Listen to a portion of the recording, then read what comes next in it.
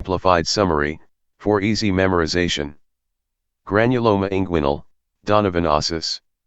Causes a painless ulcer in the genital area. The ulcer appears beefy red and bleeds easily when touched. It is rare in the United States. Caused by Klebsiella, Calamitobacterium, granulomatous.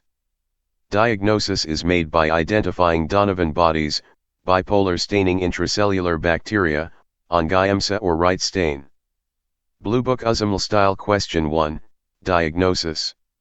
A 34-year-old man presents to the clinic with a slowly enlarging ulcer on his penis.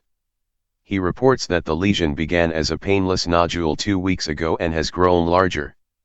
On physical examination, there is a single, beefy red ulcer that bleeds easily when touched. There is no lymphadenopathy.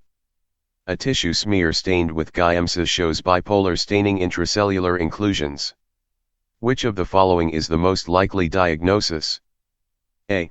Primary syphilis caused by Treponema pallidum. B. Genital herpes caused by herpes simplex virus. C. Chancroid caused by Haemophilus tuckerii. D. Granuloma inguinale caused by Klebsiella granulomatis. E. Lymphogranuloma venereum caused by Chlamydia trachomatis. White heavy check mark. Correct answer, D. Granuloma inguinale caused by Klebsiella granulomatis. Explanation. A. Primary syphilis, also painless but presents as a firm chancre that does not bleed easily and lacks Donovan bodies. B. Genital herpes, painful vesicles or ulcers, often with systemic symptoms like fever. C. Chancroid, painful ulcer with ragged borders and tender inguinal lymphadenopathy. D. Granuloma inguinale, classic presentation with beefy red, painless, bleeding ulcer and Donovan bodies. E.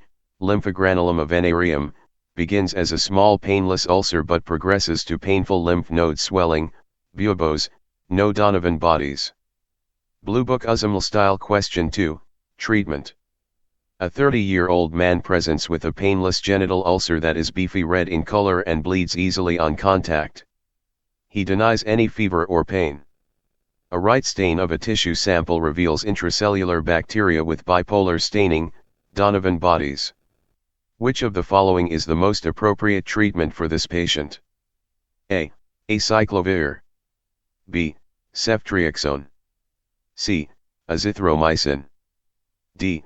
Metronidazole. E. Fluconazole. White heavy check mark. Correct answer, C. Azithromycin. Explanation. A. Acyclovir, used to treat herpes simplex virus, which causes painful vesicles or ulcers. Not effective for granuloma inguinale. B. Ceftriaxone, used for gonorrhea and chancroid.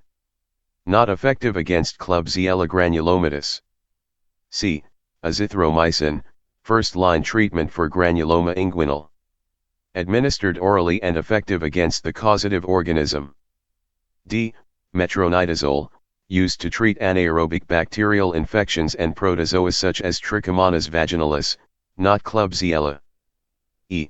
Fluconazole, antifungal medication used for candida infections. Not appropriate for bacterial causes like granuloma inguinale.